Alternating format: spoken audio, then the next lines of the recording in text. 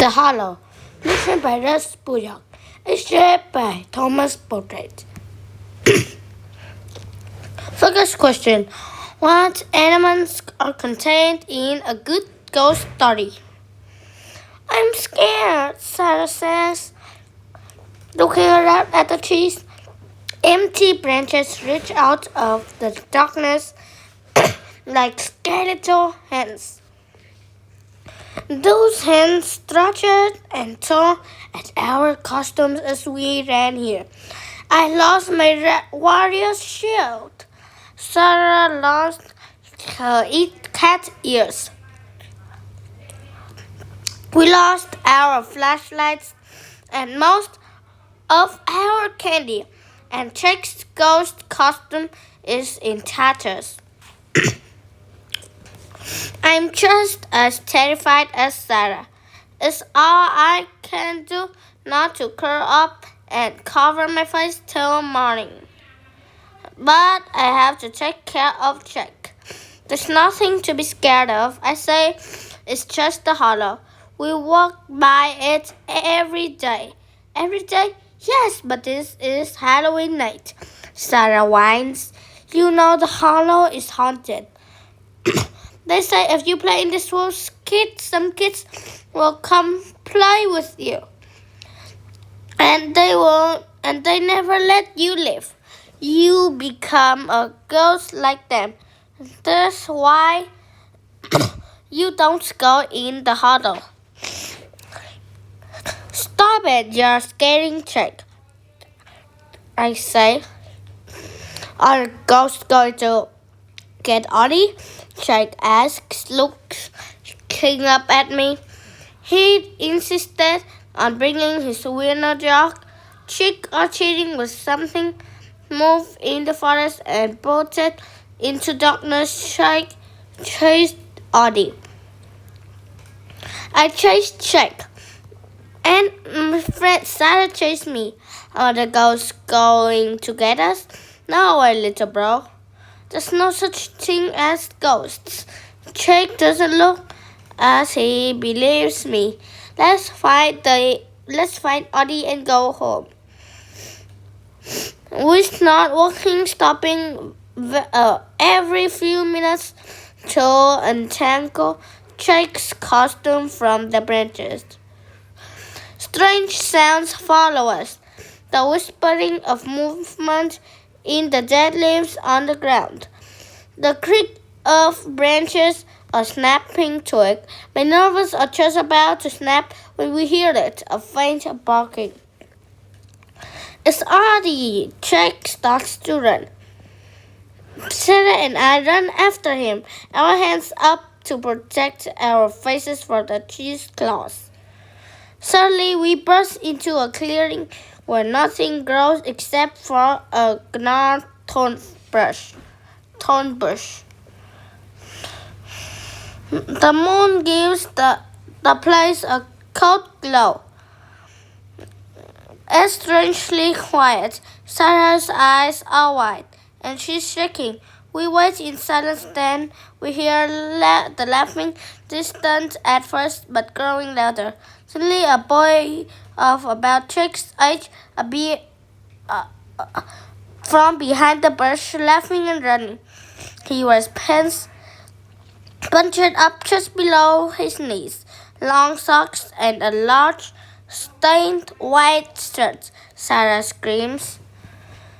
Hardy takes off toward the bush. Audie jumps from behind it and sees Jake and starts running toward him. The two meet in the middle of the clearing, and Jake hugs Audie so tightly that I think the dog might burst. Thank you for finding our dog, I say to the boy. The boy nods. Up close, I see that his clean skin is very pale. He has black circles around his eyes and he looks very hungry. Wow, great costume, Sarah says. Who are you supposed to be? A ghost, he replies. Should you be out here by yourself? I asked. Where do you live? I'm not alone, he says with a laugh and begins to dance around the thorn bush. The wind picks up and I think I can hear children laughing, but I can't be sure. Would you stay and play with me for a while? Oddie barks and wags his tail.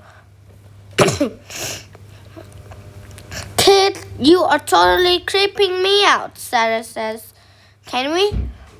Jack looks excited. Audie really likes him. No, Sarah yells before he sings in my ear. That's how the ghosts get you. You play with them and you never leave. It's just a kid trying to freak us out. I say, look, it's late. We've had a long night and we just want to go home. Do you know the way back to the road? The wind picks up again, and this time I'm almost sure I can hear something like children laughing. The boy just his house as he's thinking really hard. Then he shrugs his eyes with a sad smile. Okay, you let me play with your dog, so I can show you the way out. He quickly walks into the forest, moving between the trees as though he knows the position of every branch. We scramble to keep up. I keep hearing what sounds like laughter behind us. I can't be sure. I start to move a little faster. Why are you in the hollow by yourself? I ask Miley just to listen to something beside the scary noises. I just go there. I don't know why. He says it's not a bad place. I can hear other kids there sometimes. They're always playing, but I can't find them. I like listening to them because it makes me feel like I'm not alone. I feel sad for the kid being all by himself on Halloween. No wonder he was trying to scare us. He probably just wants some attention. I decide that once we're on the ground, we'll take him to a few houses to trick or treat before taking him home.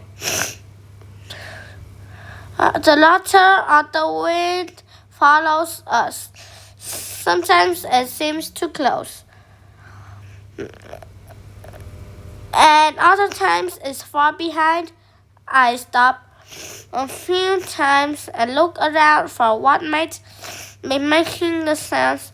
I don't see anything, but the expression on Sarah's face says she hears the laughter too. Jack and Audie keep happily chuckling along, so we don't say anything. Then the boy stops and points ahead. I can see the yellow glow on the street lights. It might be the most beautiful thing I've ever seen. Awesome, Sarah says she pushes ahead. Thank you, I say as we pass the boy. Jack waves goodbye and Audie barks. When I step onto the sidewalk, I turn around. The boy is just his face just visible. I motion for him to join us. He gives me that sad smile again and steps back into the darkness. Hey kid, I call out, realizing that I don't know his name. I go to the edge of the woods where the boy just stood, but he is gone. I hear children's laughter all around me, but no one is there.